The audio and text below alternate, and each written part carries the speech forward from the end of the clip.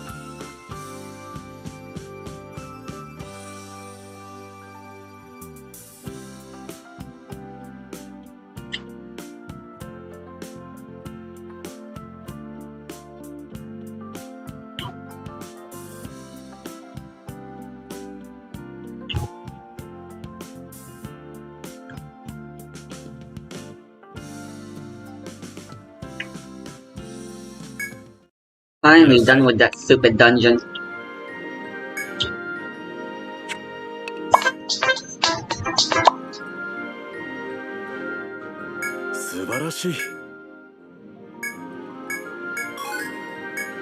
Oh, nice. uniquely worthy of passing through. Only when the charismatic magician Dimentio, one of Bleck's high-ranking subordinates, shows up and interferes does it go haywire and attack.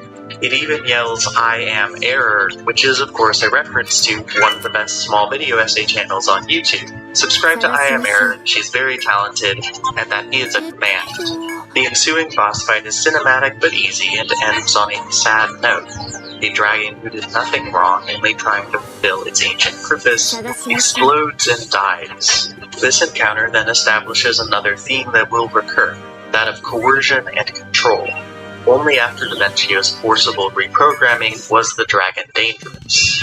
The negative power of coercion is in fact why Bleck kidnapped Peach and Bowser in the first place, to force them into marriage. Bowser is obviously all for it, but Peach has to be violently brainwashed into saying the words "I do." By some inscrutable mechanism, this act creates the Chaos Heart. This is the object from which Bleck derives his power, the object Mario will need the Pure Hearts to counteract in order to stop the void from growing. Luigi was also present. Sweating doesn't seem to have successfully done anything. As Mario receives the second Pure Heart from a long-winded ghost, Peach wakes up in Bleck's castle and begins working on an escape. Here, coercion again takes center stage, with Bowser's minions one by one being hypnotized into assimilation by Bleck's officious secretary, Anastasia.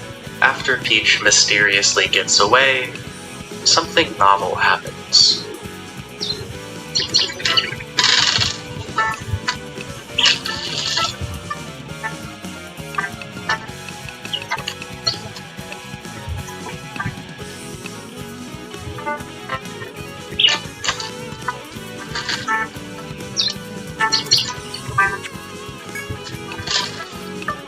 In between each of the game's chapters, a story is told with only dialogue and soft music of two very different people falling in love and then losing each other. Although it seems a non sequitur for quite a while, this is the most important writing in the game.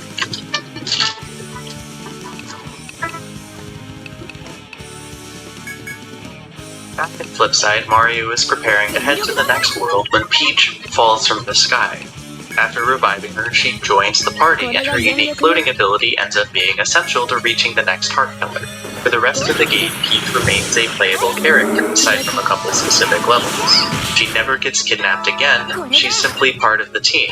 Genuinely, that is pretty damn cool, and while Super Mario RPG did do it first, it's still a striking deviation from the Mario formula, proving that in Super Paper Mario there is room for predetermined character roles to be subverted.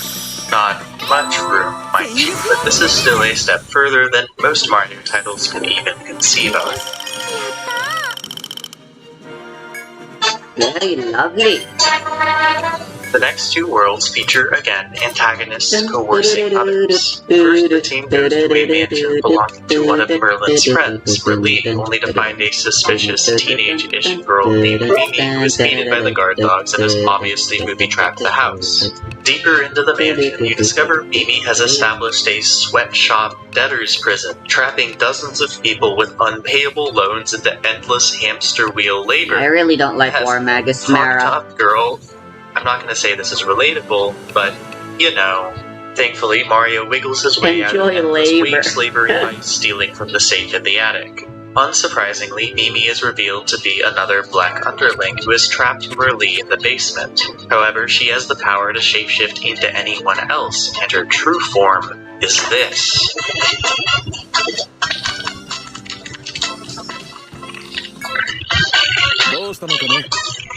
Mara can already heal, and Grim already takes care of.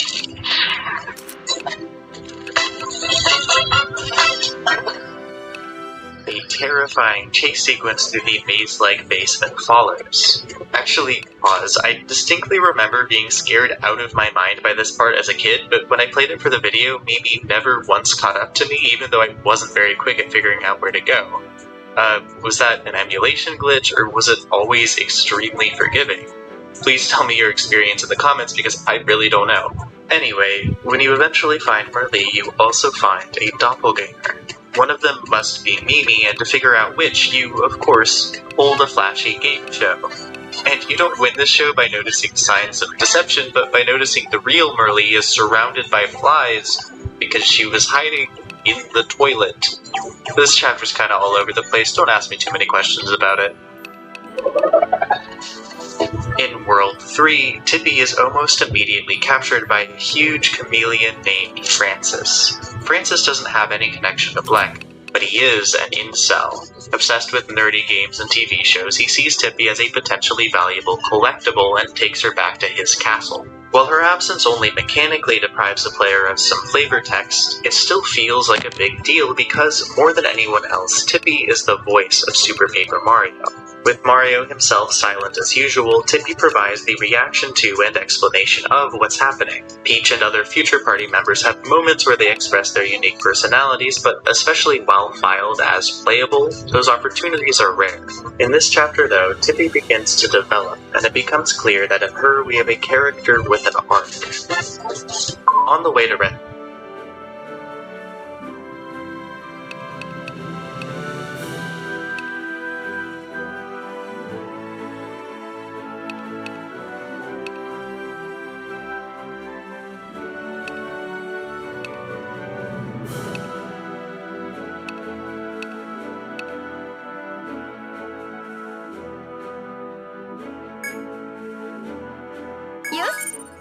Yeah, just get her healing better. Mario and Peach find, stomp, and recruit Bowser by convincing him he can't let Black upstage him. As a playable character, Bowser is painfully slow and large, but does double the damage, and his Fire Breath attack just invalidates a lot of enemies. The trio then forges through the Bitlands, pixelated levels dense with visual and sonic references, the player consistently rewarded for cycling through the party to solve minor puzzles. This occurs often enough to feel like cooperation is an intended theme, but in reality you will spend most of your time as Mario because only he can flip to 3D, which the game incentivizes doing as often as you can. Just before reaching Francis's lair, the team must directly battle Dimentio for the first time. Dimentio is self-aggrandizing, supercilious, and undeniably funny. The Jester brings Mario to a pocket dimension where his own attacks are 256 times more powerful. Totally missing it'll make the heroes 256 times stronger too. Whoops. The player is also allowed to see that, unlike the other minions, Dimentio's loyalty to Black is false. He has his own schemes in motion too. Now that mistake feels less accidental than calculated. In level 3-4, the point of this Francis character slaps you right in the face. He is a heavy-handed skewering of otaku culture that begins to feel a bit mean-spirited, especially with how much of his tacky merch collection is characters from previous Paper Mario games. Like, is this how they see Paper Mario fans? If so, oof. Francis is defeated in part by his inability to talk to women, and Tippy is freed from captivity. Until this point, Tippy had been rather direct and impersonal. Her language verges on pompous, and it wasn't clear if she had any emotional stake in the plot. Here, though, she is genuinely surprised and touched that Mario and friends would come to her aid. This expression of sincerity causes the pure heart to appear from nowhere. Suddenly, these seeming MacGuffins take on symbolic possibility. If they are not just objects won by reaching another castle, but summoned by strong emotion, then these giant hearts probably say something about love. In examining why and how pure hearts are obtained, we can learn what Super Paper Mario is setting itself up to say. Chapter 3 is the most clear-cut so far. We see Tippy's gratitude and vulnerability as on some level synonymous with the creation of love. The level's antagonist, therefore, must have been doing love wrong. The point of Francis is not just to be mean to the nerd stable, but to show that one thing love is not is ownership. Francis is the kind of fan whose appreciation is defined by collection and consumption. He may claim to love his favorite comics or his shiny new butterfly, but what he's really doing is putting them in a box, and that, the game suggests, is not love. As previously mentioned, the broad cruelty of the villains in Super Paper Mario is that they take control over others. In chapters 1 and 2, we saw Dimentio's corrupting spell on the dragon and Mimi's whole sweatshop deal respectively. The Chaos Heart, the force driving this apocalyptic end-all world scenario, was created by an arranged marriage. However, there is a tension here, because Mario and the player themselves have very little control over the actions that they take. Count Bleck's whole plan is to follow what is known as the Dark Prognosticus, an ancient book that has long prophesied destruction. To counter the Dark Prognosticus' supposed inevitability is not to forge some spontaneous path of justice, but instead to closely follow the Light Prognosticus, an ancient book that has long prophesied hope. So no matter how you slice it, choices in this game, bad and good, have been predetermined by people from long ago. It cannot be wholly bad to force people into certain behaviors, because Mario being the hero and taking on that pressure was good. Even the surprising seeming spontaneity of Peach and Bowser joining the party is later revealed to have been destiny as well, the Light Prognosticus having 4 heroes instead of just 1. You don't fight against fate in this game. You fight for the kinder of only 2 futures. The first 3 pure hearts were delivered by members of the Ancients, like Merlin and Merlee. These characters are descended from the tribe that created the hearts and wrote both Prognosticus books thousands of years in the past. They structured their lives around being ready for the hero whenever necessary. In these cases, the pure heart is not summoned by outward emotional triumph, but by fulfillment of a long-held purpose. To dedicate oneself to a duty that is larger than oneself is on some level synonymous with love, too. In a Mario game, returning to this arrangement of blocks, limiting Mario to these skills and icons, is maybe tired, but also a continuation of a legacy whose roots are deep and strong. These are the ideas and conflicts the remainder of the story is built upon. However, I said there were 4 heroes, right? Now, who must be left? Oh!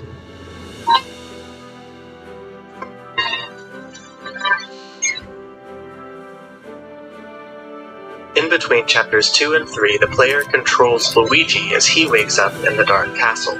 Immediately his mind goes to helping his friends, but instead ends up playing bodyguard for a couple of Goombas who quickly betray him. The problem here is apparent. Luigi is easily manipulated. He is captured by Anastasia mostly because he was outsmarted by famously simple and powerless enemies. Luigi calls out for his brother, and the scene fades. Unlike most stories, the main characters of video games are not necessarily expected to change. Mario is Mario at the start of the game, and he's Mario at the end, and he's Mario in the middle too. And you already know Mario. His potential for growth or meaning is severely limited by his blanketing existence as an unalterable brand. The same is true of Peach and Bowser, if to a lesser extent. While Mario's spin-off titles have worked admirably to give both entertaining personalities, they must remain within the boundaries of the flagship Mario games, the ones whose plot structure has changed little since 1985. You can make Peach headstrong and ambitious, but you can't really give her flaws. You can give Bowser a temporary change of heart, but you can't give him contrition, because then it'll be weird when he does the same old nasty thing in the next game. I don't want to downplay the freshness of having those two be playable alongside Mario. That is a cool choice, but I'm also not going to pretend this isn't a stringent limitation on Super Paper Mario's narrative potential, that 3 of its 4 controllable characters are effectively unchangeable. However, Luigi. Now there's a guy with some issues. As a character, Luigi is inextricably linked to his lesserness. To distinguish him from his brother, he is always less confident, less peppy, less self-assured. Because of his insecurities, he will always be less useful than Mario, even though he can actually jump higher. Luigi is also good.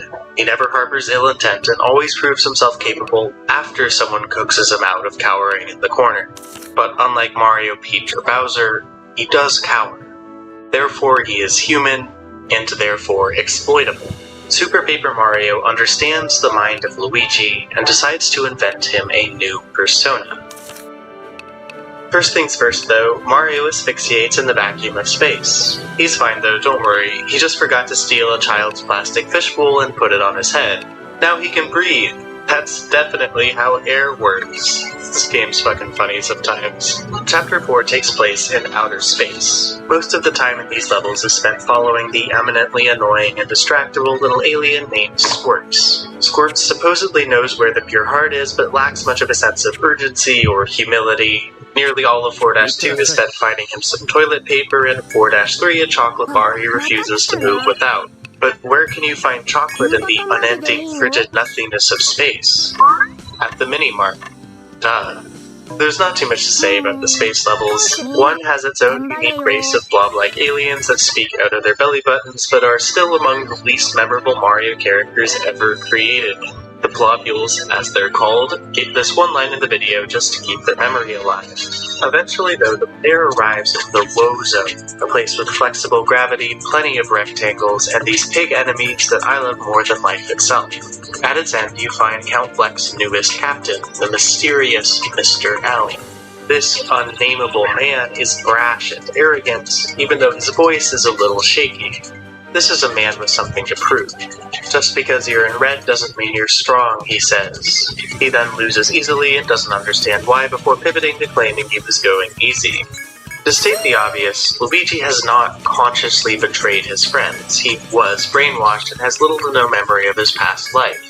It is fair, though, I think, to understand Mr. L as revealing inner truths. After dispatching and inexplicably not recognizing Luigi, the team is finally led to the 5th Pure Heart.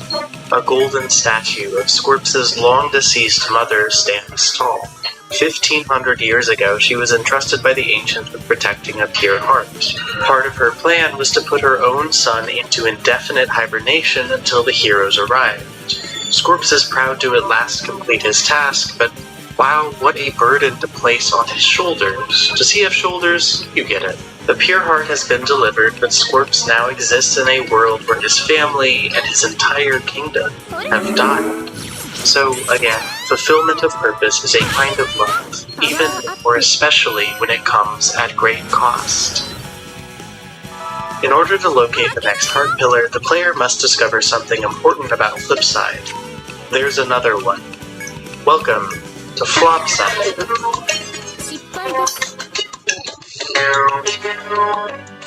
This is a separate town with separate people that exists as a mirror image to Flipside. It has the same set of buildings, and in 3D the camera faces left instead of right, which is honestly a bit disorienting, but in many ways the reflection is imperfect.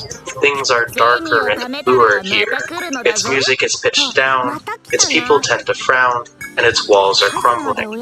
However, it is not simply a worse Flipside. The inn and restaurant are higher quality, and many of the NPCs talk about their very successful lives. Yet overall, it does appear Flopside has gotten the short end of the stick. The only ones in each town who even know about the other are Merlin and his flop-flipped alter ego Nolrem. The secret is kept so that only the hero can reach every heart pillar, but regardless of reason, the result is a segregated city. And in real life, when you see one neighborhood is clean and well kept and another is falling apart, you should take note. Because that sort of thing results from political choices, from someone at some time deciding which people to prioritize. For example, in Portland, where I live, the city only picks up fallen leaves in certain neighborhoods, which tangibly affects the cleanliness of the streets for months. I'm gonna let you guess which tax brackets are more likely to receive this service. When two places that should be identical aren't, the source of that disparity should be identified and addressed. Super Paper Mario doesn't seem to have considered this. Unless I missed something, there is no explanation given for why Flopside is dingier than Flipside, no insight into their political workings, and no real re-examination of whether they should be separate at all. Two minor NPCs do appear to have swapped places at the end of the game to both of their benefit, so why not take that a step further? My point here is not to shame a game titled Super Paper Mario for not solving social inequity, but to show that in this story, sometimes the difference between two things is just the way it is. Flopside versus Flipside is a compelling setup, but not one that was ever intended to resolve. Now, what about the bluer, dingier, mirrored version of Mario? What about Luigi? Skipping ahead a bit here, the next time we see Mr. L, Dimentio convinces him to launch a secret attack on Mario against the Count's wishes. During the rematch, Luigi's robot buddy has been upgraded with hands and boots, but still falls easily. Frustrated and baffled by how he could lose when he's clearly so much cooler, Mr. L runs off. What we can extrapolate from these interactions is that Luigi struggles with feelings of insecurity and jealousy. He wants to compete with Mario, be seen as on the same level as his brother, but fails. After all these years, he is still player 2. While inferable from this game alone, this reading is no doubt informed by Luigi's depiction in the prior 2 Paper Mario installments, with the Nintendo 64 one spelling out his insecurities explicitly in a secret diary, and the GameCube title portraying him as a serial exaggerator desperate to be seen as the hero. Ultimately, Luigi does not understand why he's the less successful one. He doesn't know what he needs to change in order to get the respect he craves. Not long after his defeat, Mr. L encounters Dimentio again, who quickly murders him. Rest in peace, Luigi. The game is pretty frugal with the die word, but that is what happened here, no? He isn't seen again until Mario finds him deep in the afterlife. There he is, of course, cowering. Upon seeing Mario, Luigi's mood and capability instantly brighten, and he joins the party, pretty nonchalantly getting over his own death, which the devil will soon decide didn't count anyway. While negative feelings may tint the fringes of their relationship, Luigi does love and trust his brother, and vice versa. Both are stronger with the other one present, and player 2 remains playable for almost the rest of the game. His super jump ability comes in handy often, and in general he is more consistently useful in navigating the world than Peach and Bowser. The next major boss is very tall, designed specifically to prompt utilization of Luigi's unique traits. Luigi being mechanically convenient is the closest thing we get to a resolution of his character arc. By the player using and appreciating him, I suppose we are to assume that translates into a newfound confidence within him. But is that enough? Shouldn't they talk? None of Luigi's friends even realize Mr. L was him, so they don't exactly seem in tune with his inner world. Will simply having him join the team really relieve his evident mental struggles? Has any work been done to prevent Luigi from being exploited again? And if the void is stopped, will Flopside's walls stop crumbling? You, clever viewer, may have noticed some foreshadowing. We'll talk about that L later, but first we need to spend some time in the past.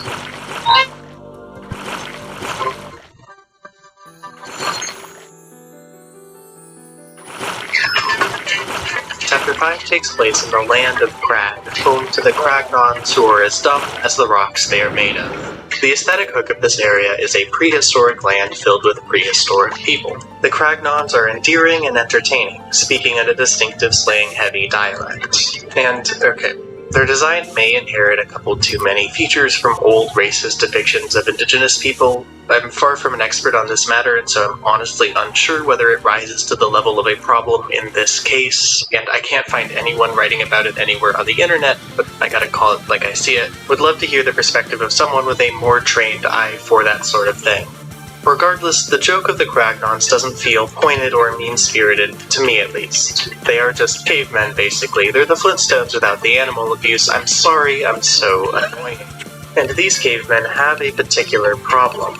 They are all being kidnapped by plants. This dimension is also home to sentient plant people called Florosapiens, but the coexistence of the two groups is strange to say the least. The Florosapiens constantly raid the town and capture Cragnon citizens for unknown purposes. Mario agrees to help them out, and the challenges of the next couple levels reveal more about these people, like that they are obsessed with TV, even though the TVs are also made of rocks, or that they dump all their trash in one river. In general, they seem a bit lacking in self-awareness, sometimes wasting the player's time, like having them physically type out "please" several times to receive a hint. The biggest example is Flint Cragley, star of some Cragnon adventure show who Mario encounters in the Floro Caverns, and who is clearly incompetent, his long-suffering crew actually doing all the work. Flint is quick to blame others and valorize himself, which is concerning given his status as an immensely influential celebrity. Deep underground, Mario discovers that the Cragnons have been enslaved to work in the mines of the Florosapiens. Each of them have been implanted with a Florosprout, which robs them of their agency. The controlled Cragnons will slowly attack Mario, but if the player defeats them, the overall score, which doubles as your experience points, will go down. Framing the score as a sort of morality meter carries some strange implications, but the point is that Mario's focus should always be on liberating these unfortunate people. The mini-boss of the chapter becomes himself mind-controlled in the same way. The player had already fought O'Chunks several times before this. Another of Count Bleck's core followers, O'Chunks speaks in a stereotypical Scottish accent, even though his name appears to be Irish, right? He wants to serve as the muscle of Bleck's mission due to a deep-seated loyalty, and so his repeated failures are emotionally difficult for him to process. After his defeat in 5-2, he allows Dimentio to implant him with a Florosprout, essentially giving up his humanity to be a better tool for the Count. Without thoughts to weigh him down, he is a bit faster and stronger, but the end result is the same. The Sprout falls off and Mario uses it to bypass some scanners and reach the boss. King Crocus IV comes from a vaunted legacy of Florosapien monarchs. However, in his current state, he is vapid and obsessed with superficial luxury. His only given reason for enslaving the Cragnons is free labor to excavate gemstones for his ostentatious palace. After Mario causes him to wilt, his followers explain that the reason for his unstable actions is that all their drinking water comes from one polluted river. Before the king went off the deep end, all they wanted was for the Cragnons to stop incidentally poisoning them with their careless dumping. Flint Cragley recognizes a popular story when he sees one and agrees to spread the word about the pollution. The conflict between two groups of people is solved by rejecting the self-obsession both have a tendency for and instead cooperating to understand one another better. This choice summons the pure heart. In the land of Crag, it is cooperation that fosters love. Chapter 5, again and obviously, drives home that forcing people to do things against their will is bad. There is a unique mechanical punishment for not valuing the Cragnon's freedom, and O'Chunks' agency being taken by Dimentio did not in the end help with his emotional distress. So then, now feels like the best time to discuss what I see as Super Paper Mario's biggest contradiction. Just before this section of the game, Tippy falls ill. Merlin speculates that this is due to her originally being human and that her current form is perhaps unstable. Tippy exists currently as a pixel, a form of life artificially created by the ancients. Before the events of the game, Merlin found her near death and could only save her life by transforming her, which worked but at the cost of giving her severe amnesia. She doesn't even remember her own name. Throughout the game, other pixels are discovered and collected pretty frequently. Each of them have a unique function tied to the one button, use of which is always required to complete their home level and some subsequent challenges beyond it. A huge proportion of the puzzle solving in the game is simply utilizing the right pixel at the right time, and progression through the outskirts of the hub world, and thus access to the heart pillars, is gated by which particular pixels Mario has found. Thus, the ability of this story's heroes to change the world is determined less by their own personal development, and more by how many geometric little guys they can fit in their pockets. So the reveal that Tippy was once, and therefore still is human, raises a question. What about the rest of them? Most pixels are found in some kind of containment and are often relieved or even jubilant to finally be free after thousands of years of being trapped. In their introductions, they express distinctive and larger-than-life personalities with unique backstories. Some, like the Hammer one Kudge, do imply they used to be human as well. However, once they are collected, the game treats all pixels aside from Tippy as inanimate objects. Despite their ubiquity in the gameplay, the other pixels have no sway over the plot, nor do they even speak another word. And there is no Genie from Aladdin moment at the end of the game. They have just traded living in a treasure chest for Mario's overalls, their self-expression limited entirely to silently dancing at the end of each chapter. In a game that repeatedly states that using people as tools is awful, your tools, which are people, remain in servitude. This is a bit of a fucking strikeout, right? There is a complete disconnect between a major message of the storyline and what the player is doing with their hands. It makes me feel that the game is not in full control of its own ideas, not able to wrangle all it wants to talk about into something cohesive. And I do wonder if it is partially the fault of this arrangement of blocks. Now, there is some lore to discuss before moving on. In both the flipside and flopside versions of an underground beveragarium, there is a bartender that you can pay to hear miniature stories. They explain some of the game's more obscure mechanics and shine light on the less clear aspects of its world building. A lot of information critical to understanding characters like Merlin, Ochunks, and Anastasia are contained only within these snippets of text from an optional area. The final set of stories discuss the ancient and villainous Pixel Queen, once led the Pixel Uprising. Her revolution ultimately failed, but scared the ancients enough for them to stop creating pixels forever, a choice which apparently led to their whole civilization's eventual downfall. This history does not lead to any narrative payoff. The Pixel Queen never shows up, unless you count the subtle implication that the post-game superboss, which most players will never see, might be her. In general, these stories give the impression that a lot more was written for Super Paper Mario's world than there was ultimately space for interaction with in the final game. Plenty goes unexplained, like why Mimi's true form is mechanical or where Dimentio came from in the first place, for example. So while the glaring contradiction represented by the pixels is not dealt with in the main plot, it is alluded to between the lines and in the basement. Much of the depth is left pretty thoroughly buried. This game leaves a lot unsaid, but that doesn't mean there's nothing left it does say. Using people as tools is unconscionable, but there are times when ceding control over one's life is right anyway. And there are times when control is lost inevitably. Let's talk about death.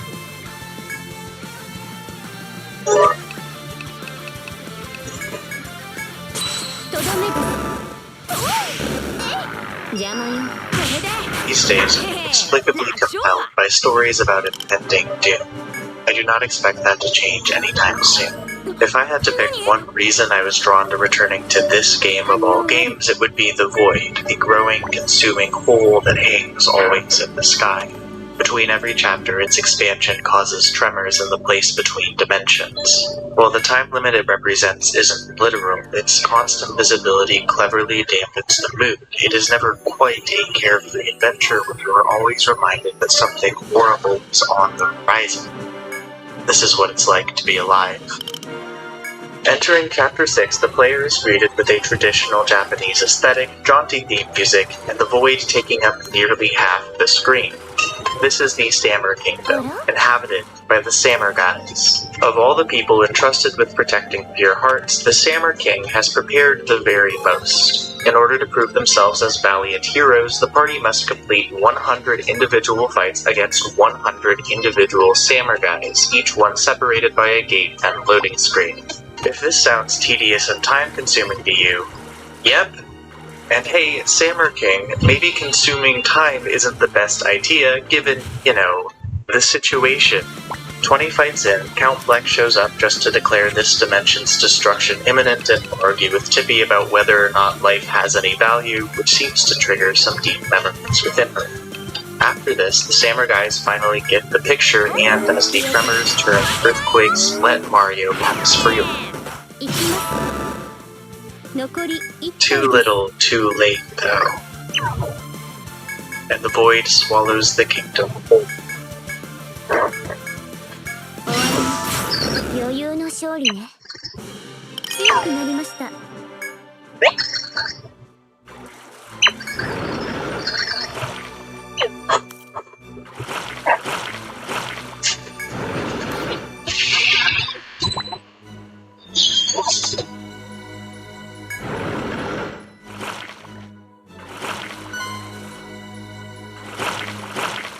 Tippy's power brings the team back to Flipside. The door to the dimension still exists, but going through it reveals a world blank. Or nearly blank, but certainly not alive.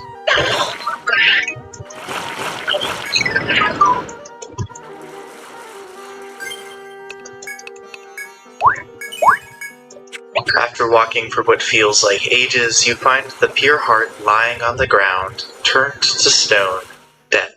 The Samur guys' adherence to tradition doomed them, and now the very Mario-ness of the game's structure has gone off the rails. In level 6-2, a whole world dies, and now there is no castle to conquer in 6-4 at all.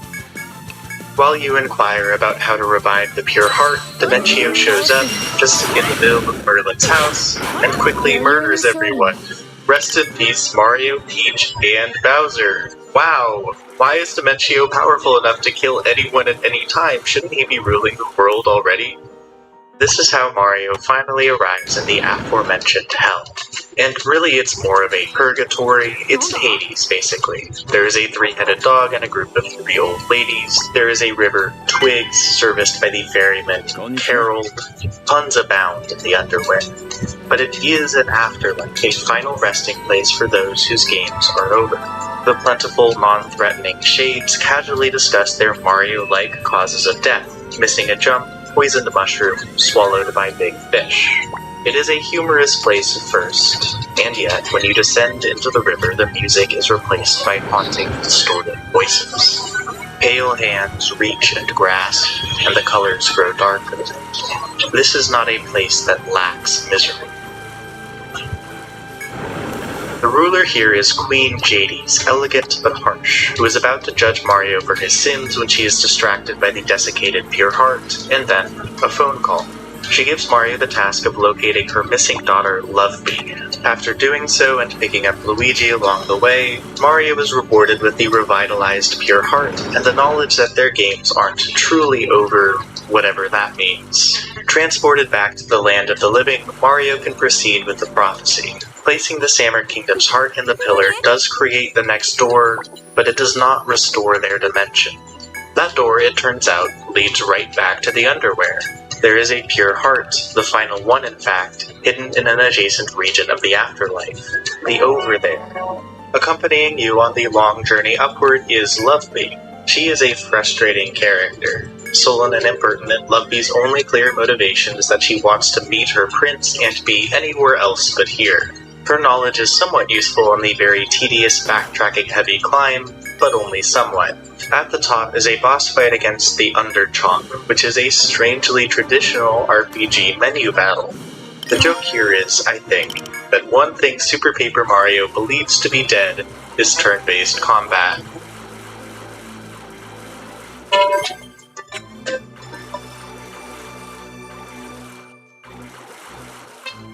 The over there is composed of blue skies, fluffy clouds, and forbidden fruit. It seems to be heaven, and a flatly Christian conception of heaven at that. Everywhere looks exactly the same, and the music becomes grating quickly, made a problem by how very long it takes to finish the over there's various fetch quests. First, you need a particular color of apple to awaken Peach, who is the only character to actually land here. This is funny-ish, but also doesn't really feel like anything is happening.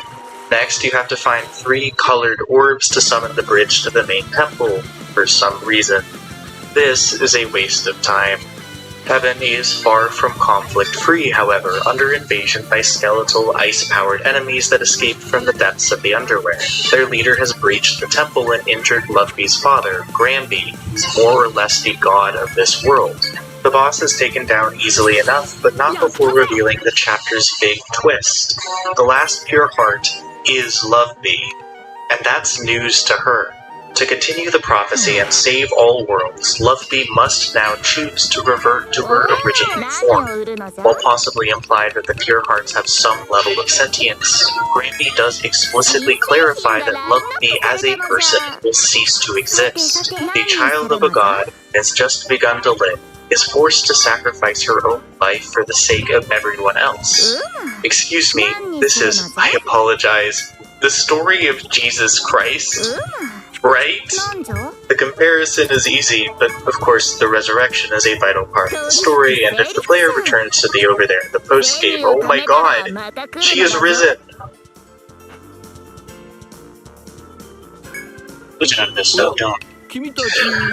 While her magically returning to life later does soften the blow, within the main story this is a serious moment.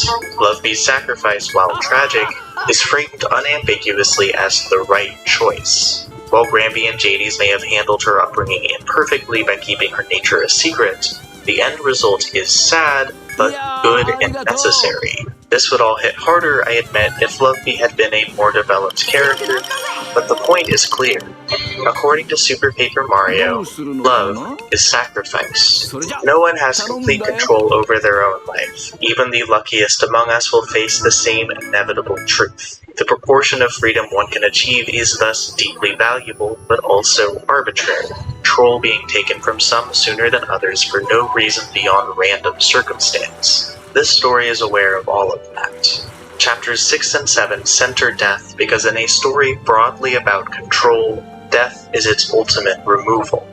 Super Paper Mario states quite firmly that to steal the control of others for one's own sake is what evil is. The opposite is not to prioritize maximum freedom nor to live forever, but to willingly give one's own control away to others. This can take many forms, from simply opening up emotionally to fulfilling a long-standing restrictive responsibility to, the game dares to say, giving up one's whole life. Prophecy and tradition may rob control, but they can be good insofar as they can create opportunities for that sort of love.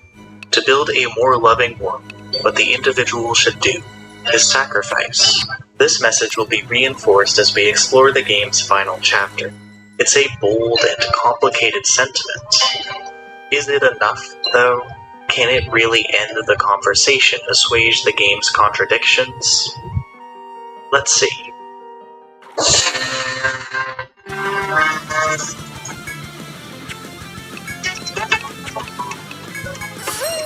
One thing we haven't discussed yet is the motivations of this game's main antagonist. In Count Bleck's several dramatic speeches, he seems driven only by a perceived destiny to fulfill the Dark Prognosticus. However, in their meetings, his subordinates convey a belief that once all worlds are destroyed, Bleck will use this blank canvas to construct a newer, better world free of all the conflict and heartache of the extant one. So they are accelerationists, essentially. It does seem that Ochunks and Mimi believe in this movement sincerely and that their loyalty is legitimate. Nastasia is more guarded, but it turns out has an even deeper commitment to the Count, and only she knows the man he was before. And there was a before. In private conversation, she urges Black to stop the prophecy, insisting that another path is still possible. He rejects this idea outright, and in a way that reveals there is no utopia at the end of all this, there will just be the end.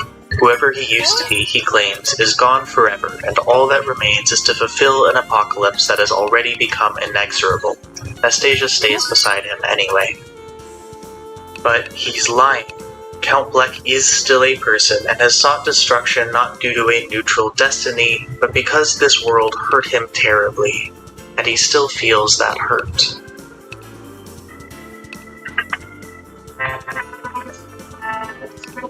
The small stories told with dialogue and soft music in between each chapter featured two characters, Lumiere and Timpani. The latter is human and the former from the Tribe of Darkness.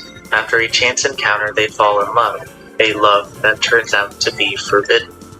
Both are physically injured by the family of the other, but decide that their relationship is what is most important, that they are willing to forgo everything else for the sake of being with each other.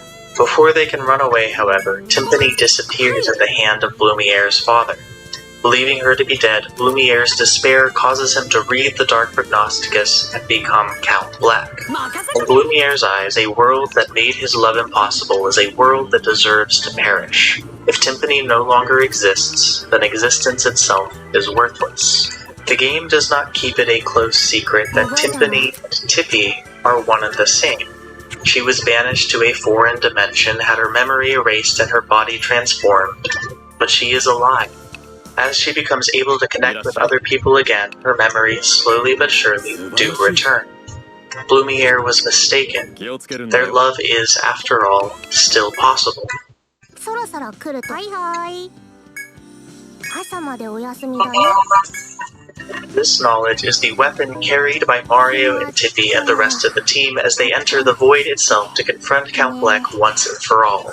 If his prophecy is based on a false premise, its inevitability must be untrue.